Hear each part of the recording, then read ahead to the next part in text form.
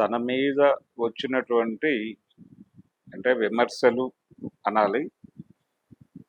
కేరళలో జరిగినటువంటి literary pest సందర్భంగా ప్రకాష్ రాజ్ గారు మాట్లాడారు అని చెప్పినటువంటి కొంత కంటెంట్ని సోషల్ మీడియాలో పెట్టి దాని మీద ఇష్టం వచ్చినట్లుగా జడ్జిమెంట్లు పాస్ చేస్తూ కొన్ని ఛానల్స్ వీడియోలు సర్క్యులేట్ చేయటం అనేది మనం చూసాం. పర్టికులర్గా హిందుత్వ ప్రమోషనల్ కార్యక్రమాలను భుజానేసుకున్నటువంటి ఛానల్స్ అన్నీ ప్రకాష్ రాజ్ గారి అభిప్రాయాలని వాళ్ళ పద్ధతిలో వికృతంగా వ్యాఖ్యానాలు చేసి జనాల్లోకి పంపు చేసేటువంటి ప్రయత్నం చాలా బలంగా చేస్తూ వస్తున్నారు. గత 4 రోజుల నుంచి నడుస్తోంది ఇది.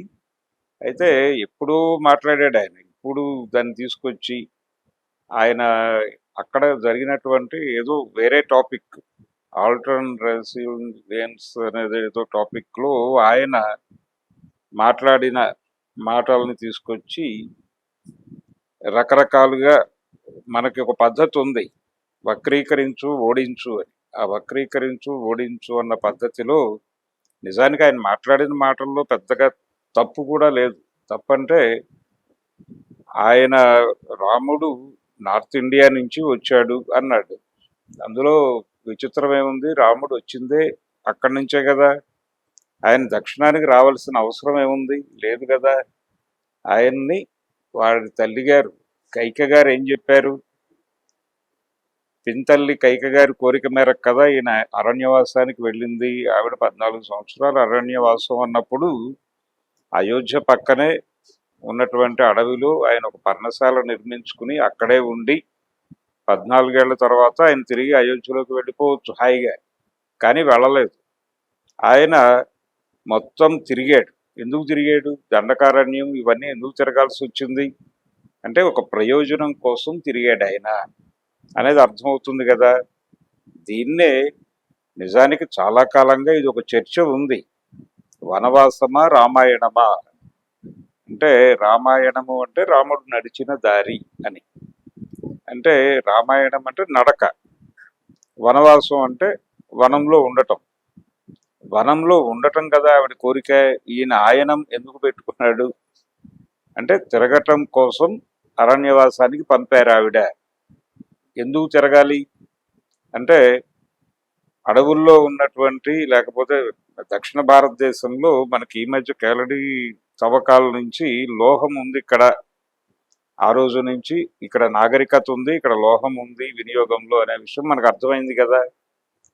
అంటే దీనికోసం ఈ దక్షిణాపథానికి వచ్చి ఇక్కడ రెక్కీ చేసి మునులు ఇక్కడ ఆశ్రమాలు నిర్మించుకుని ఆ ఆశ్రమాల ద్వారా ఇక్కడ రెక్కీ నిర్వహించి ఇక్కడ ఉన్నటువంటి సంపదలకు సంబంధించి ఖనిజ సంపద కావచ్చు, అలాగే ఇతర సంపదలకు సంబంధించినటువంటి విషయాలన్నీ ఇక్కడి నుంచి అక్కడికి మెసేజ్ చేస్తూ ఉన్న సందర్భంలో ఆ తెలిసిన విషయాల ఆధారంగా ఈ ప్రాంతాన్ని పొలిటికల్గా కంట్రోల్లోకి తీసుకోవడం కోసం ఆయన ఈ రామాయణము అనేటువంటి కార్యక్రమాన్ని పెట్టుకుని వచ్చి ఆయన చేసినవన్నీ యుద్ధాలే.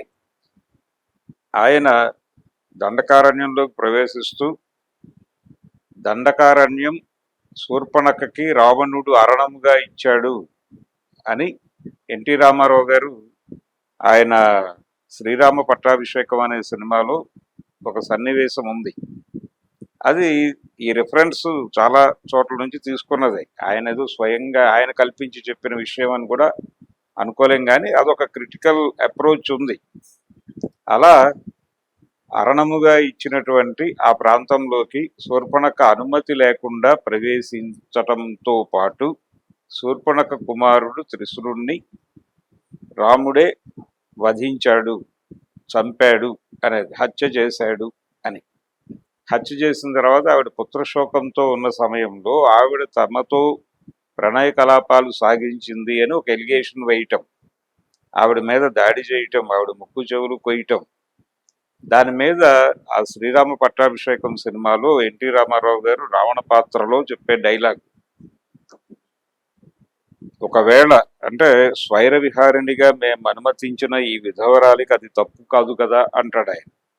అలా ఆవిడకి వాళ్ళతో ఒకవేళ ప్రణయ కలాపాలు సాగించాలనుకున్నా అది తప్పేం కాదు, స్వైర విహారిణిగా మేము అనుమతించాం ఆవిడికి అని రావణ బ్రహ్మ చెప్తాడు. చెప్పి అలా ఒకవేళ తప్పని తోచినచో ప్రాజ్ఞులై హితవు చెప్పవలయునే గాని ఓర్పన రాని విధముగా ఈ అత్యాచారమునకు పాల్పడనగునా అంటాడు ఆయన. ఇది యాక్యురేట్ డైలాగ్. అంటే మీకు తప్పని అనిపించుంటే ప్రాజ్ఞులై తగదని హితవు చెప్పాలి గాని ఇలా ముక్కు చెవులు కోయటం ఏమిటి అంటే దీని వెనకాల ఉద్దేశం ఏమిటి? శూర్పణఖ మీద దాడి చేసి గాయపరచటం ద్వారా దానవ జాతిని రెచ్చగొట్టాలనే ప్రయత్నం ఏమైనా చేస్తున్నారా? అలాగే ఈ ముని మృత్యుల ప్రేరణతో అంటే వీళ్ళు ఇక్కడి నుంచి పంపించిన సమాచారం ఆధారంగా ఇక్కడ ఉన్నటువంటి సంపదలు కొల్లగొట్టడానికి అంటే ద్రవిడ ప్రాంతాలలో ఉన్నటువంటి సంపదని కొల్లగొట్టడానికి ఆర్యరాజు అయినటువంటి రాముడు వచ్చాడా అన్న టోన్లో డైలాగ్ నడుస్తుంది. అంటే ఇది ఆ మున్మురుచుల ప్రేరణతో ద్రవిడ జాతిపై దాడి చేయటానికి వచ్చిన ఆర్యజాతి ప్రతినిధిగా రాముడిని చూడాలి అని కూడా ఆ డైలాగులో చెప్పేస్తాడు ఆయన. దాని మీద ఆ రోజున పెద్దగా ఆ సినిమా రిలీజ్ అయిన సందర్భంగా ఈ యాంగిల్లో ఆ సినిమా మీద రివ్యూల్లో కానీ ఇతరత్రా కానీ విమర్శలు వచ్చిన పరిస్థితి అయితే లేదు. కానీ ఇప్పుడు ప్రకాష్ రాజు అన్న మాటల మీద ఎందుకు ఇంత రచ్చ చేస్తున్నారు, ఆయన మీద కేసులు పెట్టే ప్రయత్నం ఎందుకు చేస్తున్నారు అంటే ఆ రోజున హిందూ మతంలో ఉదారవాదం ఉండేది. ఇప్పుడు ఆ ఉదారవాదాన్ని చంపేశారు.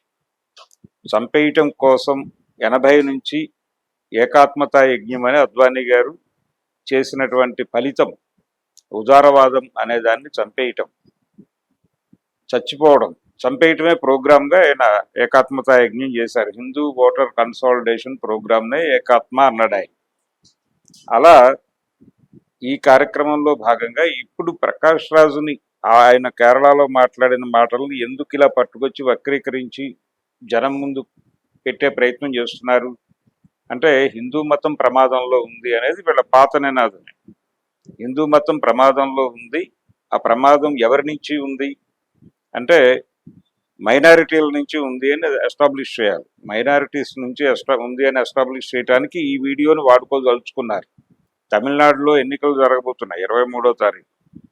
ఆ టైంలో ఏం చెయ్యాలి అంటే ప్రకాష్ రాజు నోన్ ఫిగర్ అక్కడ. అలాగే కేరళలో అతను తెలుసు. ఇలా సౌత్లో జరగబోతున్నటువంటి ఎన్నికల సందర్భంగా హిందువుల సెంటిమెంట్లు కొంచెం గాయపరిచి హిందూ మతం ప్రమాదంలో ఉంది, దీన్ని ప్రొటెక్ట్ చేసుకోవాల్సిన అవసరం ఉంది, ముఖ్యంగా మైనారిటీల నుంచి దాడి జరుగుతోంది అనేది ఎస్టాబ్లిష్ చేయాలనేది ప్రోగ్రాం. అందుకోసం అంటే కల్తీ నెయ్యి అనే కార్యక్రమం మనం చూసాం ఇంతకుముందు. ఆంధ్రప్రదేశ్లో కల్తీ నెయ్యి, తిరుపతి లడ్డు అపవిత్రం చేశారు అని ఎందుకు అంత గ్రాంటెడ్గా తీసుకుని చెలరేగిపోయి మాట్లాడారు అంటే వాళ్ళకున్న వెసులుబాటు అక్కడ జగన్మోహన్ రెడ్డి క్రైస్తవ మతానుయాయి కాబట్టి ఈజీగా అటాక్ చేయొచ్చు అనుకున్నారు, చేశారు. అలాగే ఇక్కడ కూడా ప్రకాష్ రాజు గారి మదర్ అంత్యక్రియలు జరిగాయి ఈ మధ్యకాలంలో. జరిగిన సందర్భంగా ఆయన నా తల్లికి ఎక్కడ నమ్మకం ఉందో ఆవిడ అభిప్రాయాల ప్రకారమే అంత్యక్రియలు జరిగాయి అని చెప్పారు ఆవిడ. అదే టైంలో చాలామంది ప్రకాష్ రాజు మీద దాడి చేస్తూ మీ తల్లి గారి మనోభావాలు మీరు గౌరవించారు కానీ కోట్లాది హిందువుల మనోభావాలు గాయపరుస్తారు ఎందుకు, మీరు ఆవిడ గౌరవించి వీళ్ళని గాయపరుస్తారు ఎందుకు, వీళ్ళని కూడా గౌరవించాలి కదా అని మాట్లాడారు. ఆయన జస్ట్ ఆస్కింగ్ అనే పద్ధతిలో అడిగేది హిందుత్వ చేస్తున్నటువంటి విచిత్ర విన్యాసాల మీద ప్రశ్నలు సంధిస్తాడు కానీ హిందూ మతం మీద కాదు. హిందూ మతం మీద దాడి చేయటం అనే ప్రోగ్రాం కాదు ఆయన చేసేది. చాలా స్పష్టంగా హిందుత్వ అనే ప్రమాదంలో హిందూ మతం కూడా ఉంది. హిందుత్వ ప్రమాదాన్ని హిందూ మతం కూడా ఫేస్ చేస్తోంది. కాబట్టి హిందూ మతాన్ని కాపాడటం అనే లక్ష్యంతో కూడా ఆయన అలా విమర్శిస్తున్నాడేమో అనే అనుమానం వస్తుంది నాలాంటి వాళ్ళకి. అందుకని ఆయన చాలా స్పష్టంగా హిందుత్వ మీద మాట్లాడతాడు, హిందూ మతం గురించి కాదు. ఇక్కడ కూడా రాముడు మీద దాడి చేయటం అనేది నా ప్రోగ్రాం కాదు అని ఆయన ఒక వీడియో చేసి చెప్పుకున్నాడు. ఆయన హిందుత్వాన్ని నేను టార్గెట్ చేస్తాను అని కూడా చెప్పుకున్నాడు. మతం పేరుతో రెచ్చగొట్టేటువంటి ప్రయత్నాలు, మైనారిటీల మీద దాడులు, మైనారిటీలకి లేని అభిప్రాయాలు రుద్ది వాళ్ళు హిందూ మతాన్ని ఇబ్బంది పెట్టడం కోసం ప్రయత్నం చేస్తున్నారు అనే పేరుతో వీళ్ళు మాట్లాడే మాటలు, చేసే విన్యాసాల మీద ఆయన సీరియస్గానే రియాక్ట్ అవుతూ ఉంటారు. పవన్ కళ్యాణ్ గారు సనాతన దీక్ష, అదేంటిది ప్రాయశ్చిత్త దీక్షలు ఇలాంటివి చేసినప్పుడు, అలాగే వెంకటేశ్వర స్వామి వారికి ఈ కల్తీ నెయ్యి ద్వారా చేసినటువంటి ప్రసాదం పెట్టడం ద్వారా ఆయన పవర్స్ తగ్గిపోతాయి, వెంకటేశ్వర స్వామి పవర్స్ తగ్గిపోతాయి.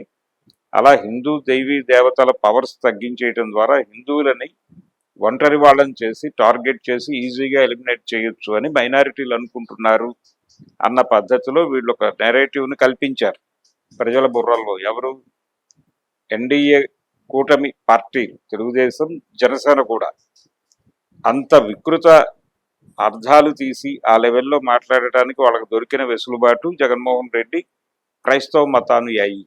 అలాగే ఇక్కడ ప్రకాష్ రాజు గారు ఆయన వాళ్ళ తల్లిగారి అంత్యక్రియల నుంచి ఆయన్ని క్రైస్తవుడిగా ముద్రేసి, ఆయన నాస్తికుడు, ఆయన్ని క్రైస్తవుడిగా ముద్రేసి ఆయన మాటల్ని క్రైస్తవ మైనారిటీలు హిందూ మతం మీద జరుపుతున్న దాడిగా వక్రీకరించి తద్వారా హిందూ సెంటిమెంట్ని రెచ్చగొట్టి తమిళనాడు ఎన్నికల్లో ఏదో లబ్ధి పొందాలి అనే వ్యూహం కూడా ఉండి ఉండవచ్చు.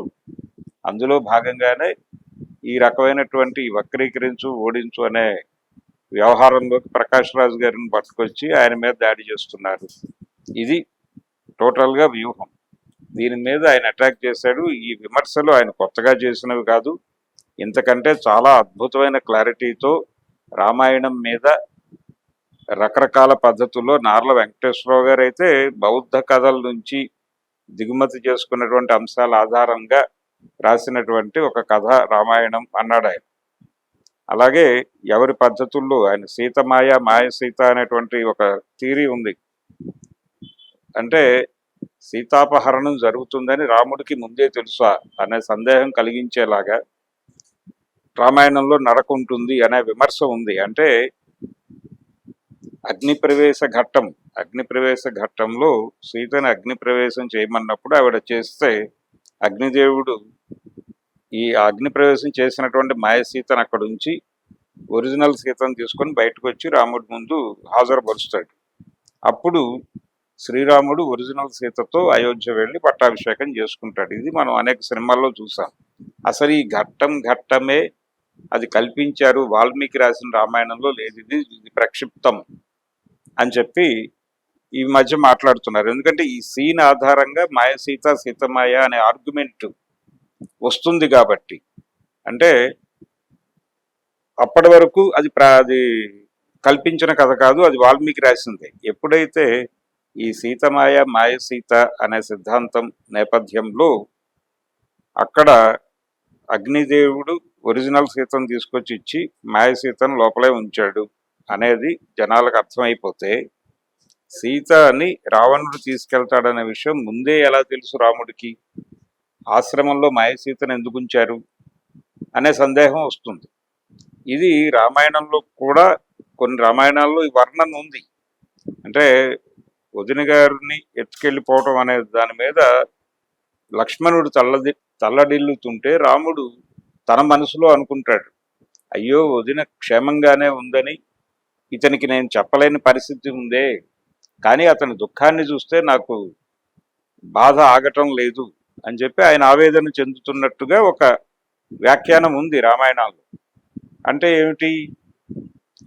దాని ప్రకారం సీతాపహరణం జరుగుతుందని ముందే తెలుసు ఆ రాముడికి అనే సందేహం రావడానికి కారణం. అందుకని దాన్ని కొంచెం తార్కికంగా ఆలోచిస్తే అసలు సీతాపహరణమే జరగలేదని అర్థమవుతుంది. సీతాపహరణం జరగకుండా జరిగింది అని పుకారు పుట్టించి ఆ పుకారు నేపథ్యంలో రావణ వధ చేయటం అనేది అర్థమవుతుంది. కాబట్టి ఈ లెవెల్కి క్రిటికల్గా వెళ్ళి మాట్లాడిన సాంప్రదాయం ఉంది మనకి. ప్రకాష్ రాజు మాట్లాడింది దీంతో పోలిస్తే ఏమీ కాదు. ఆ ఏమీ కాని దాన్ని ఎందుకు వివాదం చేస్తున్నారు అంటే, ఎన్నికల్లో లబ్ధి పొందటం, హిందూ సెన్సిటివిటీస్ని పట్టుకుని వాటితో పొలిటికల్ గేమ్ ఆడటం కోసం ప్రకాష్ రాజ్ అనేటువంటి ఒక ఆయుధాన్ని పట్టుకుని రంగంలోకి దిగారు. ఎప్పుడైతే వాళ్ళు ఆ వ్యూహంలో ఉన్నారు అని తెలిసిందో, ఈ హిందూ మత సంస్థల తాలూకు హిందుత్వాకి సంబంధించిన సంస్థల నుంచి డబ్బులు తీసుకుని బతుకుతున్నటువంటి సోషల్ మీడియా నెట్వర్క్స్ అన్నీ కూడా యాక్టివేట్ అయ్యి తమ బాధ్యతగా స్వీకరించి ప్రకాష్ రాజ్ మీద, ఆయన మదర్ మీద దాడి చేయటం అనేది ఒక ప్రోగ్రామ్గా పెట్టుకుని చెలరేగిపోతున్నారు. దీన్ని ప్రజాస్వామికవాదులు, లౌకికవాదులు సీరియస్గా పట్టించుకుని దాడి చేయకపోతే, ఎదురు దాడి చేయకపోతే ఇది వాళ్ళు అనుకున్న వ్యూహం వర్కౌట్ అయ్యే ప్రమాదం ఉంది. అందుకని చాలా కాన్షియస్గానే ప్రకాష్ రాజ్ మీద జరుగుతున్న దాడిని అందరూ పట్టించుకుని అందులో ఉన్న ఈ కుట్రని ప్రజలకు అర్థమయ్యేటట్టుగా చెప్పి ఈ కుట్ర ఫలవంతం కాకుండా చూడాల్సినటువంటి బాధ్యత మనందరి మీద ఉంది. ఆయన రామాయణం మీద చేసిన వ్యాఖ్యలు ఏమీ కాదు. ఇంతకు ముందు పెరియార్ కావచ్చు, నార్ల వెంకటేశ్వరరావు గారు కావచ్చు, అనేక మంది, గోపరాజు రామచంద్రరావు గారు కావచ్చు, వీళ్ళందరూ చేసినటువంటి విమర్శలతో పోలిస్తే నందమూరి తారక రామారావు గారు ఆయన సినిమాల్లో, అంటే ఆ సినిమా టైటిల్స్లో సముద్రాలంటే పడుతుంది కానీ సముద్రాల గారికి ఆ స్క్రిప్ట్కి సంబంధం లేదని ముళ్ళపూడి వెంకటరమణ గారు చెప్పాడు. అది రామారావు గారు రీరైట్ చేసుకున్నాడు ఆ స్క్రిప్ట్ని అని ఆయన సోదోహరణంగా చెప్పాడు. కాబట్టి అలా స్కీమ్ చేసి రాముడి మీద అటాక్ చేసినటువంటి వాళ్ళు చాలామంది ఉన్నారు. ఇప్పుడు వాంటెడ్గా ప్రకాష్ రాజును తీసుకురావడం అనేది ఎన్నికల కోసం. ప్రకాష్ రాజును మించి రాముడి మీద విమర్శలు పెట్టిన వాళ్ళు ఉన్నారు. మరి వాళ్ళందరినీ వదిలిపెట్టేసి ఈయన మీద దాడి చేయటం అనేది పొలిటికల్ ప్రోగ్రామ్గా చాలా స్పష్టంగా అర్థమవుతుంది. ఈ కుట్రలను తిప్పి కొట్టాల్సిన అవసరం అయితే బలంగా ఉంది.